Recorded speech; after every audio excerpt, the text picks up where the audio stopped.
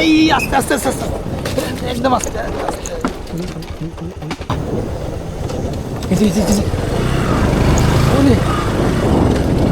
ভাই আপনারা কি এখানে খুব প্রায় শুটিং শুটিং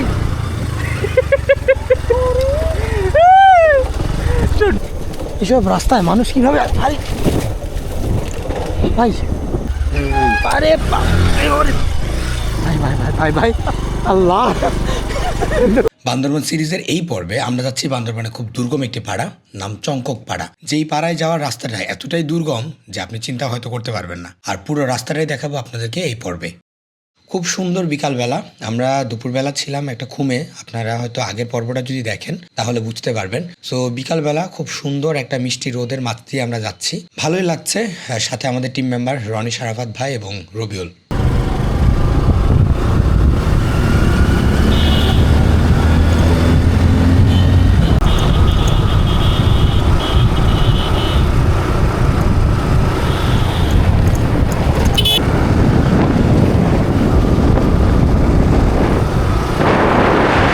আমাদেরকে খুব তাড়াতাড়ি বাইক চালাতে হচ্ছিল, কেননা পাহাড়ে অন্ধকার খুব ঝুপ করে নেমে আসে। সো অন্ধকার হয়ে যাওয়ার আগেই আমাদেরকে সেই পাড়ায় পৌঁছাতে হবে। আর পাড়ার দূরত্বটাও কিন্তু কম না, সো সেভাবেই আমাদেরকে বাইক চালিয়ে চলে যেতে হচ্ছিল।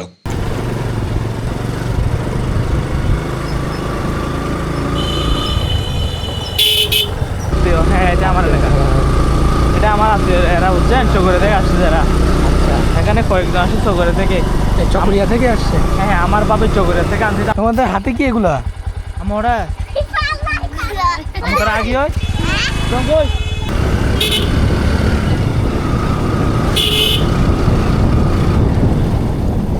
কিছু দূর বাইক চালানোর পরে মাঝে একটা শুকনো নদীর মতো জায়গা পড়লো। আমি ভাবলাম যে হয়তো আমাদেরকে নেমে যেতে হবে বা জুতা প্যান্ট উপরের দিকে তুলে ফেলতে হবে।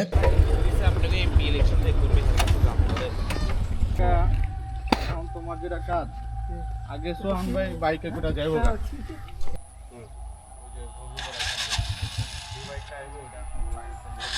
পরে দেখলাম যে না, আমাদেরকে কোনো কিছুই করতে হয়নি। বাইকার ভাই নিজের দক্ষতার সাহায্যেই সেই পানির উপর দিয়ে বাইক চালিয়ে পার হয়ে গেলেন।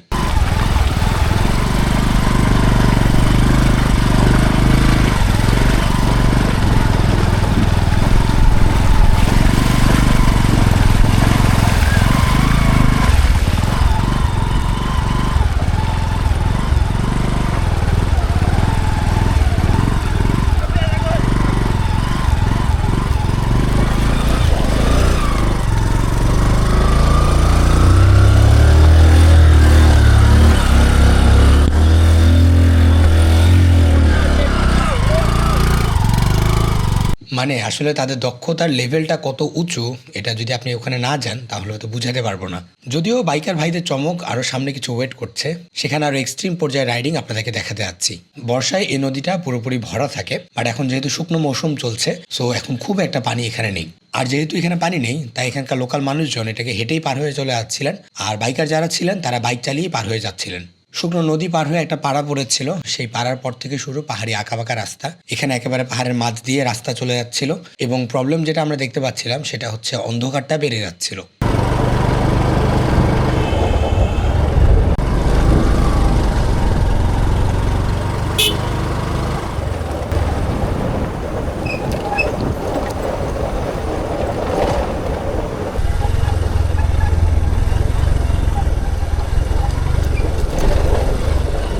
রাস্তার অবস্থাও খুব একটা ভালো না, দেখতেই পাচ্ছেন। কোথাও উঁচু নিচু, কোথাও কাদা, কোথাও শুকনো। সো পড়ে যাওয়ার ভয়টা আসলে সবসময়ই ছিল।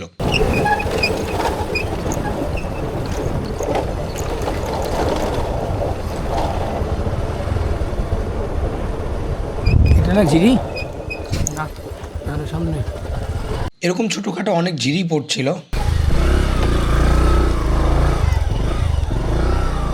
বাট বাইকার ভাই আসলে ওগুলো তোয়াক্কাই করছিলেন না, ডিরেক্ট ওই ঝিরের উপর দিয়ে বাইক চালিয়ে চলে যাচ্ছিলেন।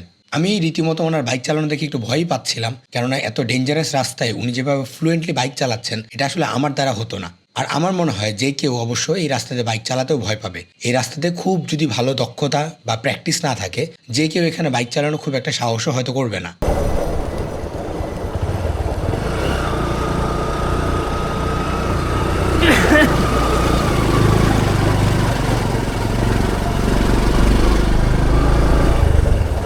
নামিলে লাগবে না।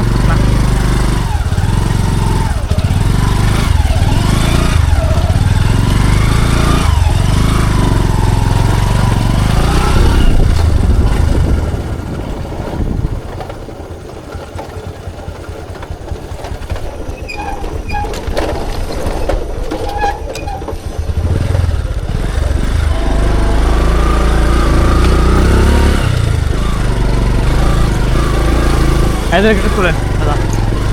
এই কি চা বালা বলে ক্যামেরা চা। কপাল ভালো আমরা এই রাস্তায় এই শরৎকালে আসছি। হ্যাঁ এটা বর্ষাকালে আসলে কি অবস্থাটা হইতো। আদান এতক্ষণে হ্যাঁ তুই যে 5টা খেয়ে ফেলতাম। কি অবস্থা। এরকম রে বাবা রে বাবা, এটা একদম খারাপ। দিকেও না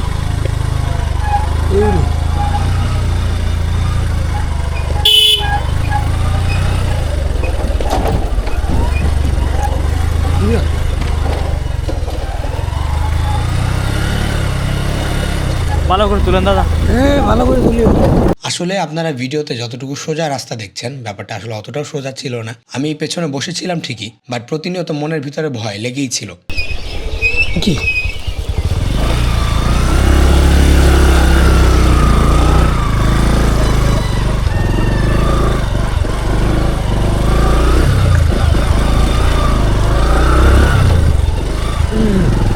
পার হয়ে গেছে। এতক্ষণ মোটামুটি ভালো রাস্তা চলছিল, এখন শুরু হয়েছে একেবারে জঙ্গলি রাস্তা।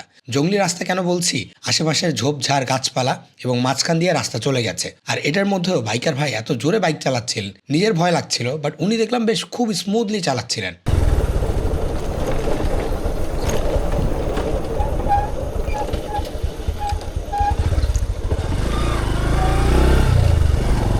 বললে ছোট ধরে মাইল খুব মালো অনেক কেন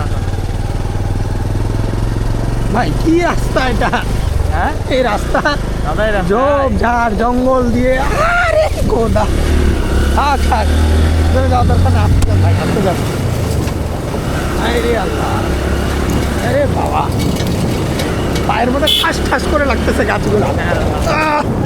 এই আস্তে আস্তে আস্তে আস্তে, একদম আস্তে আস্তে। এখন এখানে নামতে বসে দাও আপনাকে। ওরা দাঁড়িয়ে একটু ছুটি দিবে। হ্যাঁ আমরা এই জায়গাটা একটু ব্রেক দিছি, রাস্তাটা দেখাই খালি। এদিকে হুন্ডা পার হওয়ার রাস্তা, এই দেখেন। আরে বাবা, এটা ঝিরি চলে আসছে এদিক দিয়ে, অ্যান্ড এটা এদিক দিয়ে বের হয়ে গেছে, এটা এদিক দিয়ে চলে গেছে। কি দারুণ।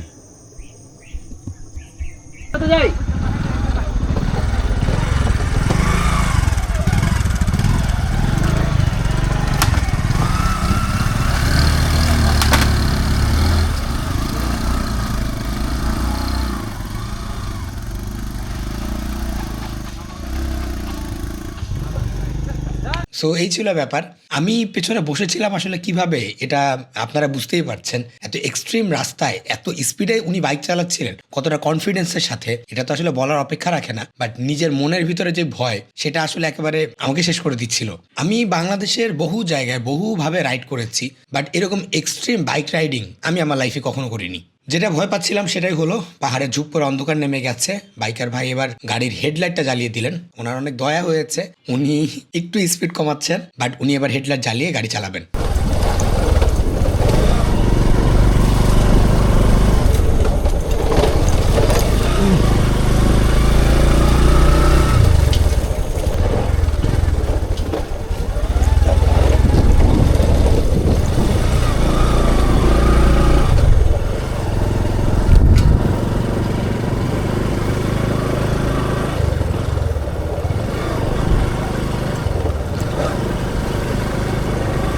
অন্ধকার বাঁশঝাড়ের রাস্তা, আমি খুব একটা কোনো কিছু দেখতে পাচ্ছিলাম না, কিন্তু বাইকার ভাই দেখছিলাম যে খুব ভালোভাবেই ভালো স্পিডে গাড়ি আগাচ্ছিলেন। তো এখন তো জুতা খুলতে হবে না জুতা খুলতে হবে না কঠিন কঠিন ড্রাইভার একজন। আমি আসলে ওনার ড্রাইভিং কনফিডেন্স লেভেল দেখে পাগল হয়ে যাচ্ছিলাম। এত জোস স্টাইলে উনি ড্রাইভিং করতেছিলেন, ও মাই গড। আমি কেবল বালা না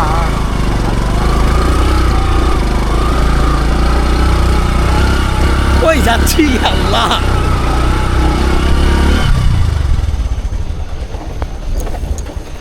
ওই আবার চিনি। হ্যাঁ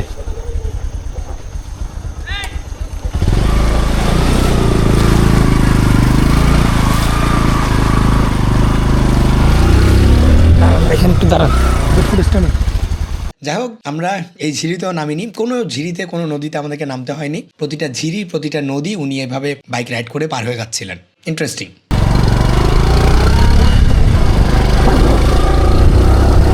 মানে ড্রাইভার আমাকে প্রতিনিয়ত একটা জিনিসই মনে করা দিচ্ছে যে দুনিয়ায় ভয় বলতে কোনো কিছু নাই, আপনি জাস্ট চুপচাপ বসে থাকেন, বাকি দায়িত্ব আমার। ওরে বাবা, shit.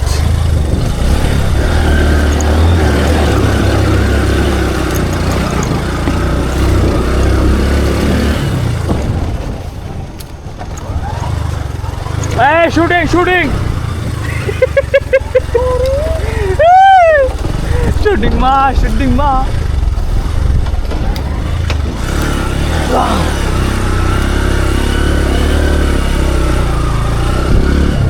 এবং আসলেই আমি আমার কোলে লাইটটা জাস্ট ধরে আমি চুপচাপ বসেছিলাম এবং আল্লাহ আল্লাহ করতেছিলাম যে কোনো রকম পাড়াতে যেতে পারলেই মনে হয় আমি বাঁচি।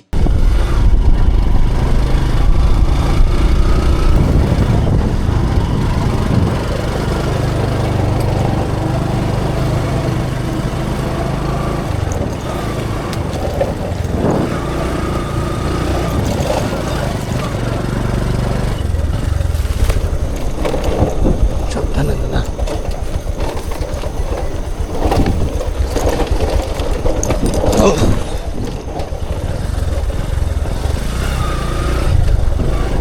মানে ড্রাইভিংটা দেখেন ওনার, আমি রাস্তা দেখতেই পাচ্ছিলাম না, উনি ওর মধ্যে রাস্তা পার করে দিচ্ছিলেন বাইকের। কি এক্সট্রিম রাইডিং।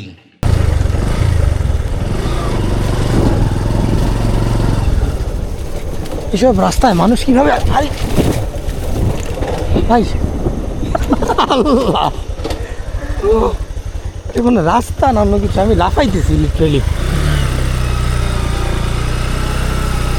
দাদা আপনার হয়তো এবার একটু হলে আমার সিচুয়েশন আন্দাজ করতে পারতেছেন, মানে আমি আসলে কিসের মধ্যে ছিলাম এটা আমি এখন হয়তো বলে বোঝাতে পারবো না। আপনারা ভিডিওতে যা দেখতেছেন এটা আসলে এটার চেয়ে এক্সট্রিম সিনারিও ওখানে ছিল। ক্যামেরাতে হয়তো সবকিছু ধরা পড়ে না, বাট বাস্তব যে এক্সপিরিয়েন্স আমার হয়েছে এটা হয়তো আমি লাইফ টাইম মনে রাখবো।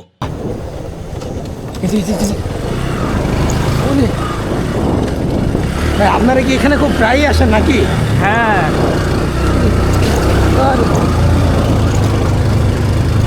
এটা কি আয়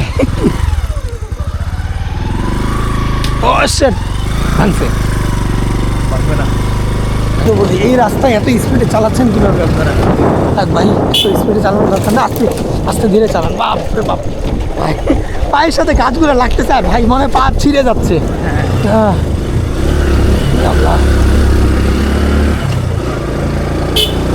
হাই হাই, পড়ে গিয়ে অবস্থা হয়ে গেছে না? হ্যাঁ হাই করে চলেন। ওনার কোনো ভয় নাই, ওনার কোনো চিন্তা নাই, কোনো কিছু নাই। উনি একেবারে নিজের মনের মতো করে বাইক চালাচ্ছিলেন এবং একটু পরপর হাসাহাসি, একটু পরপর গান করা, গল্প করা, মানে কি ছিল ওনার লাইফে। ও মাই গড। এই ভাঙ্গা, এই এই এই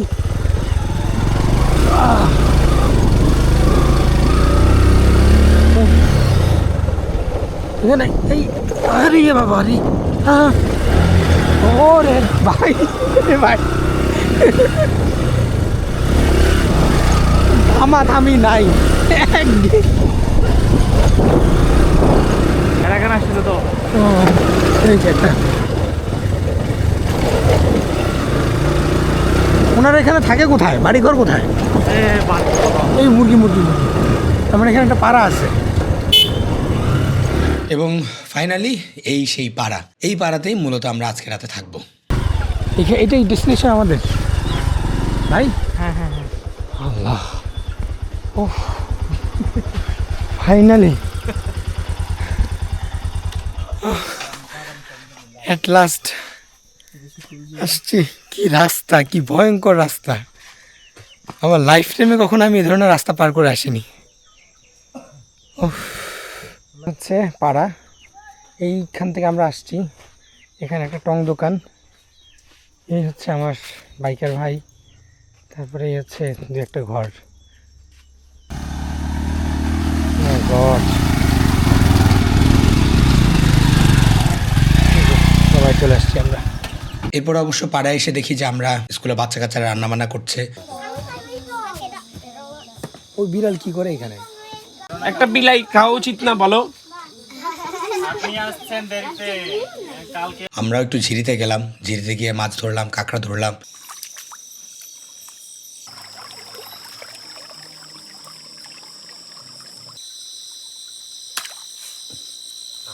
এরপর অবশ্য সেগুলোকে এনে রান্নাবান্না করে রাত 10টা-11টার দিকে খেয়ে ঘুমিয়ে যাই। বেশি রাত করি না। যাই হোক, সে গল্প হবে, সে গল্প আমরা ট্রাই করবো আমাদের নেক্সট পর্বেই বলার জন্য।